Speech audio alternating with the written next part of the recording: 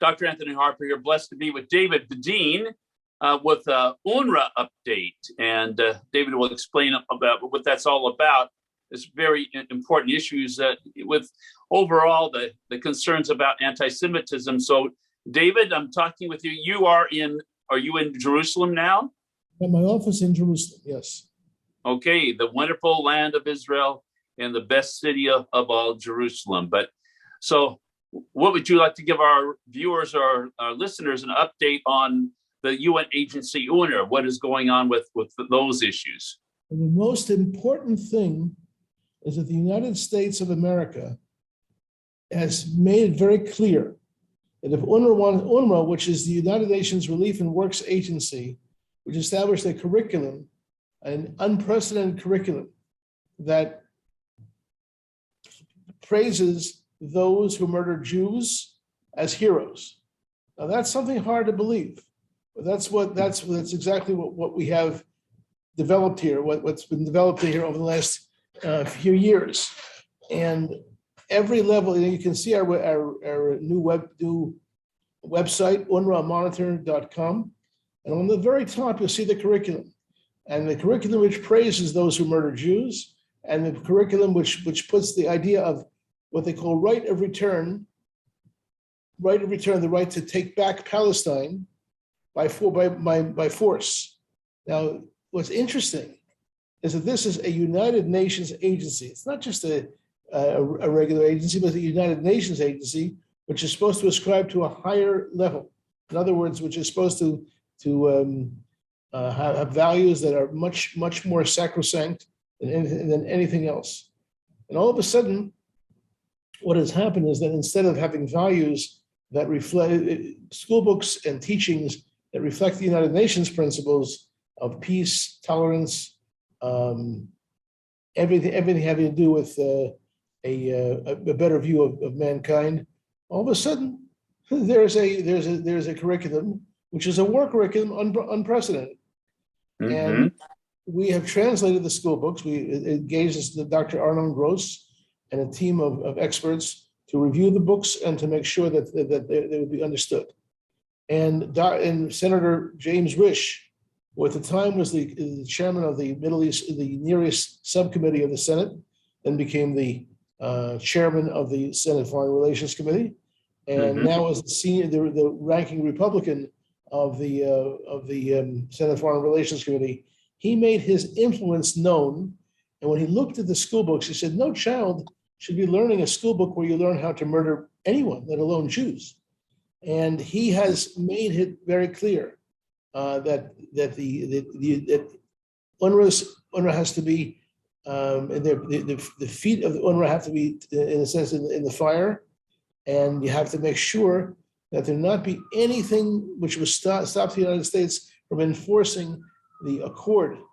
UNRWA and the United States reached an accord last July, which made it clear that one thing would be dependent on another. The UNRWA would not get a dime of American money unless, number one, it would revise its school books, and number two, show it's a very clear message of transparency.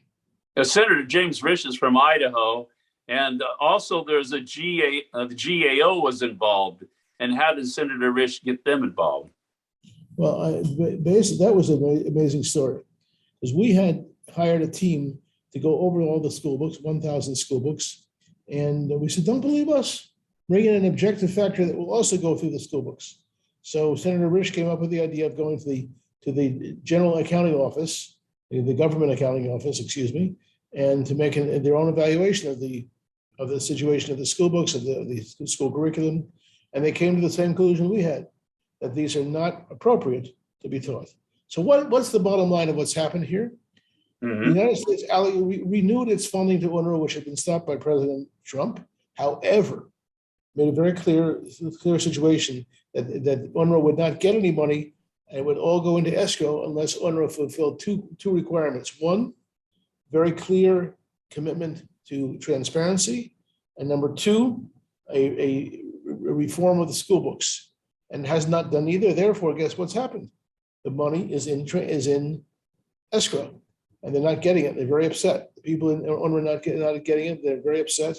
And I credit Senator Risch for being the conscience of the Senate Foreign Relations Committee as the person most influential to make sure that this would happen. Well, there's another problem. That is the money sent to the PLO, the Palestinian Authority. What is your concern about what's going on there? It's the same story. And the question is, the Palestinian Authority basically sees itself as an entity to prepare the children for war in the same way they're doing with UNRWA. Okay. I've heard a comment about pay for slay. Can you explain what that's all about? It's very important. It's not only pay for slay, but we were able, our agency, the Center for Near East Policy Research, working with a team of investigators, we got a hold of the new law of the Palestinian Authority that if you murder a Jew, you get a salary for life. And this was adopted by the Palestinian Authority. Never before in the history of the world had there been a law that if you murder someone, you get an award, an award for life, a salary for life. And that's what that's all about. And what I say to my, I'm originally from the United States, as you can hear from my English. I say to my fellow Americans, if you want to bring peace to the Middle East, make sure that that law be taken into account. That if the nations of the world were to hold back funds so long as that law existed, it would have an effect. What's the status of the Taylor Force Act right now? The Taylor Force Act is there. It's there, which is also to penalize the Palestinian Authority for the enforcement of their law of what we call pay for slay. Correct. Okay. Well, very, very disturbing things that are happening with the rise of anti-Semitism in the world. And I'm just also concerned about how this Ukraine crisis impacts Israel. Well, it's very clear to my way of thinking that we're going to see the reemergence of the alliance between the Palestine Liberation Organization and the Russian regime, which used to be before 30 years ago, and it's about to be recreated. The Russians are going to be looking for a way to, in a sense, redeem their good name in the world. And by going after Israel, that's going to be the way they're going to do it.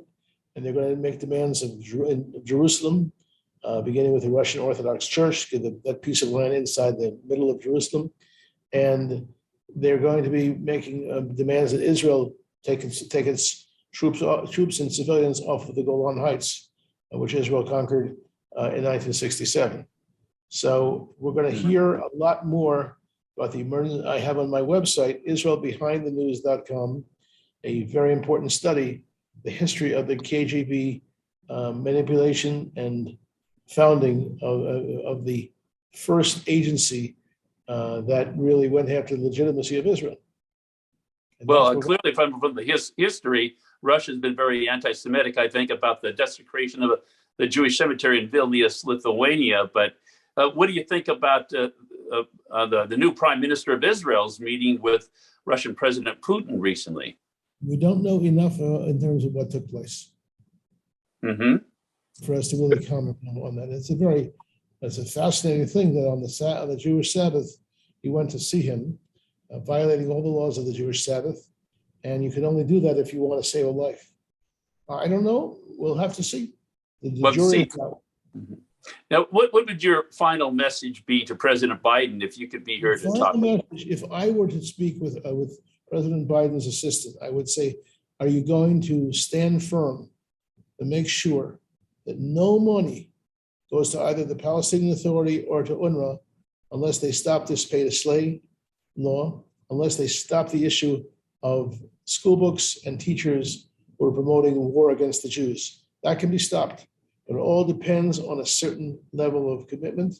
That's what we want to see. So I would ask, are you going to continue enforcing the American side of the U.S. UNRWA law accord, which to stop incitement and to demand accountability for funds?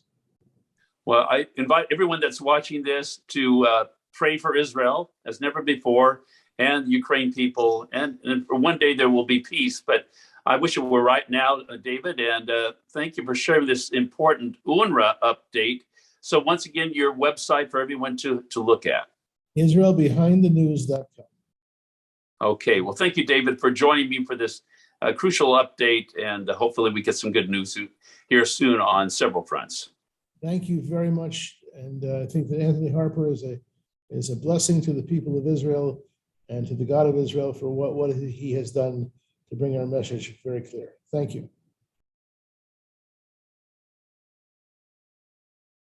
We read news every day, news that's informative but rarely encouraging. The Intermountain Christian newspaper aims to change that. They present the news you need to know, from what's going on in your community to your world, with encouraging words, motivation, and the resources you need to make positive changes in your life. What is your local government doing that you need to know about? What's happening in your community you need to be a part of? Whether it's a story from your neighborhood, a national story, or an encouraging word, you'll find biblical issues of everyday life in the Intermountain Christian newspaper. Intermountain Christian News is produced and supported by the work and donations of individuals and churches. You'll find it at churches, Christian bookstores, by subscription, and online at imcnews.org. To find out more about supporting this local resource, go online at imcnews.org or call Intermountain Christian News in Boise, Idaho at 208-703-8688. The Intermountain Christian News, a voice sharing the truth on matters dear to people's hearts.